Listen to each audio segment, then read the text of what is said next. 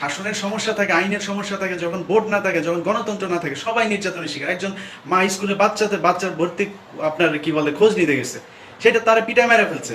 বিচার নাই দেশে, মানুষ পুলিশকে বিশ্বাস করে না। তারা মনে করে যে একজন মানুষ অপরাধ করেছে, তারা পুলিশের কাছে দেওয়া মানে সে পাইছে গেল, যে কারণে তারা তাদেরকে ই করে না। কিন্তু আমার কথা হচ্ছে যে আপনি ই করবেন আমাদের সাথে, আমরা আপনাদেরকে দুর্বলতা দেখাবো, আপনার মানবতা দেখাবো, আপনি সেটার দুর্বলতা মনে করবেন, এরকম কিছু না। মুসলমানরা সারা পৃথিবীতে, এই হিন্দুরা আজকে এত কথাবার্তা বলে, তারা গরু তার মা, শুয়োর তার বাপ, ঠিক আছে? এবার তোর এত খারাপ লাগে, তুই সৌদি আরব যায় কামলা দেশ কেন? সৌদি আরব যে প্রায় কি বলে 33-34 লাখ হিন্দু যে যায় কামলা দেশ, মুসলমানের মহিলাকে তোরা ই করস, ওই যে কি জাঙ্গা টাঙ্গা এগুলি পরিষ্কার করস, এগুলি করস কেন? তোরা ওইনে যাস কেন? ওইটা তো গরুর মানে মুসলমানের সবচাইতে মানে হেডকোয়ার্টার তো ওইটা, ওইনে যায় তো আবার ই করো। তোমরা সারা বছর গরু তোমার মা মুসলমান ধরে পিটাও, আবার মারে কুরবানির ঈদ আসলে মারে আবার বাংলাদেশে পাঠাও জমা করার জন্য। ফাইজলামির একটা সীমা আছে, ঠিক আছে?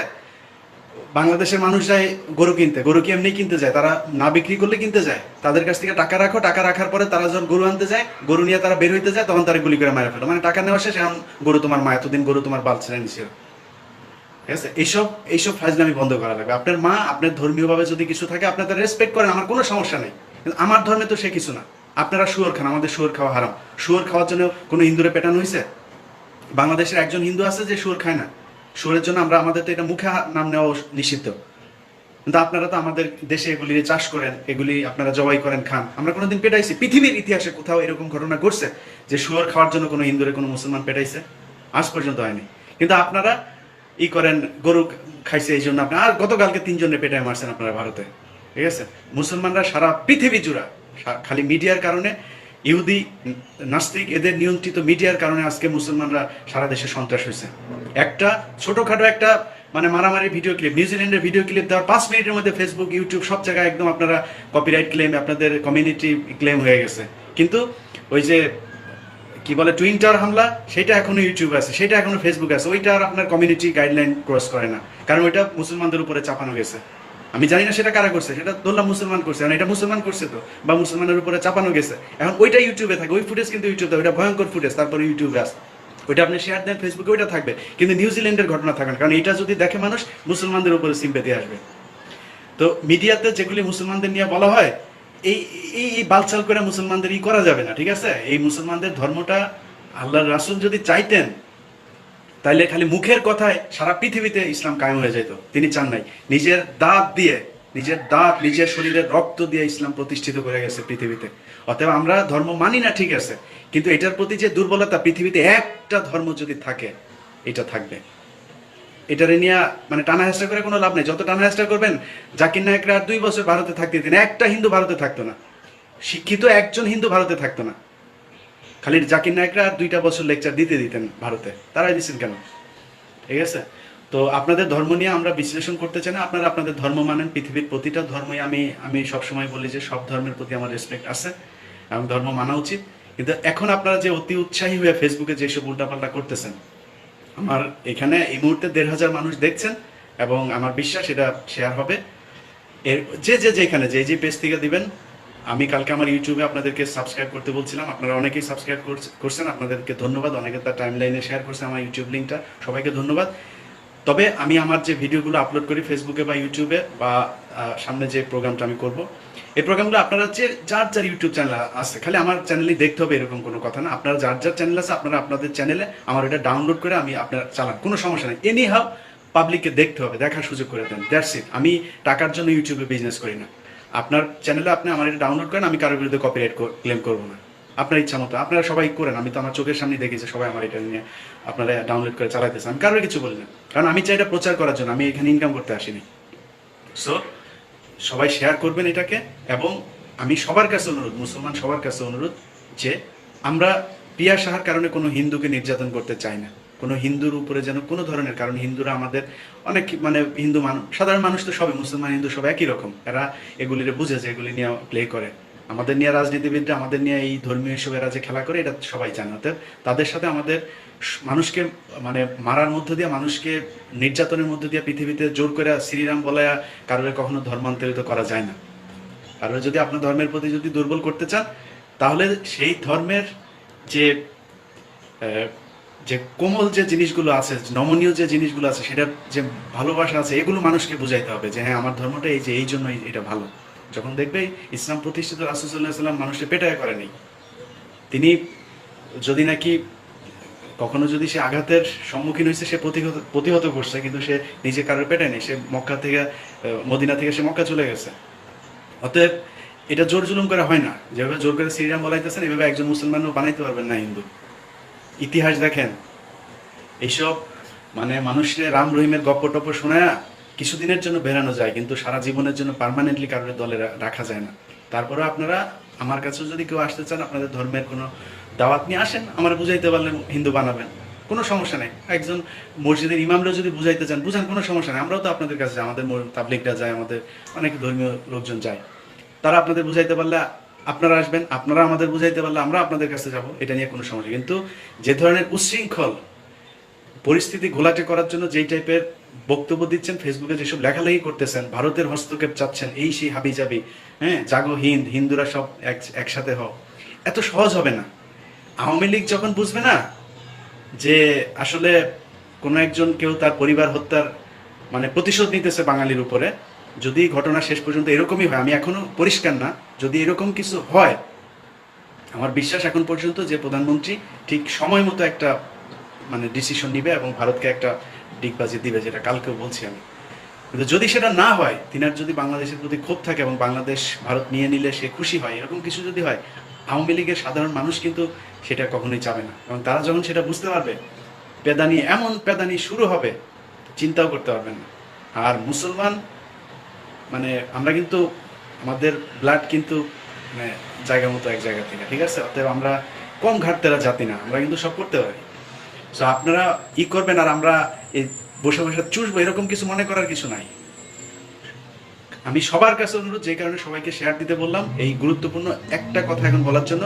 যারা যারা উচ্ছৃঙ্খল কথাবার্তা বলতেছে, এরা কিন্তু বাংলাদেশেরই। যদি ফেক আইডি না হয়, আপনারা যদি তাদের ছবি টবি চিনে রাখেন, দয়া করে এগুলি আমার একটু কাইন্ডলি ইনবক্স করে পাঠান, বা আপনারা যে যে যার যার মধ্যে এগুলি রেকর্ডগুলি রাখা দিন।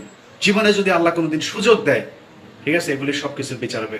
মানুষের খামাখা মানে সুযোগ পাইয়া তারপরে উল্টাপাল্টা কথাবার্তা বলা ঠিক না। আমি হিন্দু ভাইদের এখনো বলি, যারা ভালো আছেন, আপনারা যারা এসব করছেন না, তারা আপনাদের যারা এইসব উল্টাপাল্টা কাজ করে আমাদের মধ্যে বিভেদ সৃষ্টি করার একটা পায়তারা করতেছে, তাদেরকে বলেন যে এই ধরনের ইয়ে করো না। প্রিয়া সাহা যদি অন্যায় করে থাকে, তার বিচার হবে, সে অন্যায় না করলে বিচার কিছুই হবে না, দ্যাটস ইট।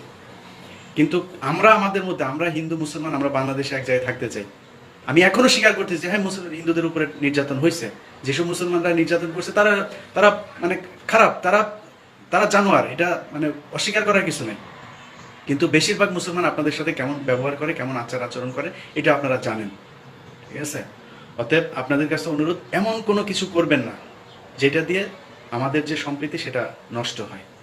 আবারও বলছি, যারা এগুলি করতেছে সাবধান, এখনো দেশ ভারত নিয়ে নেয়নি, ঠিক আছে? নেওয়ার আগে একটা খেলা আছে, নেওয়ার আগে আরো একটা খেলা আছে শেষ পর্যন্ত, এবং সেই খেলায় আওয়ামী লীগও যোগ দিবে। আমি বিশ্বাস করি আওয়ামী লীগ সেই খেলায় যোগ দেবে। কালকে কয়েকজনের সাথেই কথা হয়েছে, সবাই খুব আপসেট। তারা আওয়ামী লীগের মোটামুটি মিড লেভেল, মোটামুটি মানে কেন্দ্রীয় নেতা টেতাই। সো তাদের যে কথাবার্তা, তাদের যে তারা চুপ আছে, খালি কি বলে মানে পরিস্থিতি তারা অবজার্ভ করতেছে। পুলিশের একজন এসপির সাথে গতকালকে কথা হয়েছে, তার কথা হয়েছে যে আমার এসে তুমি করে কথা বলে যে ইলিয়াস শোনো, ইচ্ছা করতেছে চাকরিটা ছাইড়া দিই। এরা কথায় কথায় প্রধানমন্ত্রীর দপ্তর, কথায় কথায় ওই দপ্তর সেই দপ্তর, ওইখানে খবর নিয়ে যায়। এদের চাপে, এদের যন্ত্রণায় চাকরি করা আমাদের পক্ষে অসম্ভব হয়ে যাইতেছে। প্রতিটা সেক্টরে এগুলি যেখানে ঢুকছে সেখানে এরা এরকম শুরু করছে। ওনাদের মূল পাওয়ার হয়েছে ভারতীয় দূতাবাস, কিছু হইলে দূতাবাস থেকে কল আসে। আমি এদিন আপনাদেরকে বলছি যে আমার একটা নিউজের জন্য, আমি একজন হিন্দু, সে কি বলে বাংলাদেশের মাদক নিয়ন্ত্রণ অধিদপ্তরের কেন্দ্রীয় যে রাসায়নিক পরীক্ষাগার, তার বিরুদ্ধে তার হাজার হাজার কোটি টাকার তার সম্পত্তি, সে ভারতে বাড়ি টাড়ি করে আসে, সব টাকা পয়সা পাচার করে। ওনাদের ভারতের লোক চলে গেছে, এটা নিয়ে আমাদের সবাই ভাই, ভারতে তো লোক যাইতেছে আপনাদের কারণে, আমাদের কারণে। আমরা পিঠায় বার করতেছি নাকি? আপনারা মনে করেন ওইটা আপনাদের বাপদাদাদের বাড়ি, এখান থেকে এটা হলো আপনাদের ব্যবসা প্রতিষ্ঠান, ওইখান থেকে টাকা পয়সা কামান, ওইখানে নিয়ে আপনারা বাড়ি করেন। মুন্নি সাহার বাড়ি আছে ইয়েতে, ঢাকা ইয়েতে কি বলে ইন্ডিয়াতে, কার নাই? যারা এখানে আছে, টাকা পয়সা যারা কামাইছে সবার আছে। আপনারা যদি নিজেরা যদি নাকি ওইখানে যা বাড়ি করেন, সেই দোষ আমাদের উপরে চাপাইলে তো হবে না। আমরা মুসলমান, বলেন, আমারে বলেন, আপনারা ফেসবুকে সুনির্দিষ্টভাবে বলেন। পিয়াসার কথা বলা হয়েছে, তার বাড়ি পোড়াই দিছে। আমার এই সামনের পর্বে আসতেছে, কারা পোড়াইছে দেখেন, কারা পোড়ায়, তার বাড়ির আশপাশের লোকজন বলবে কারা পোড়াইছে। সে নিজে ওই বাড়িতে আগুন দিছে, সে নিজে তার বাড়িতে আগুন দিছে। আগুন দিয়ে এখন এই এই নাটক সে অনেকদিন ধরে, তার পেছনে কারা সেটা তো এখন সরকার বের করবে না।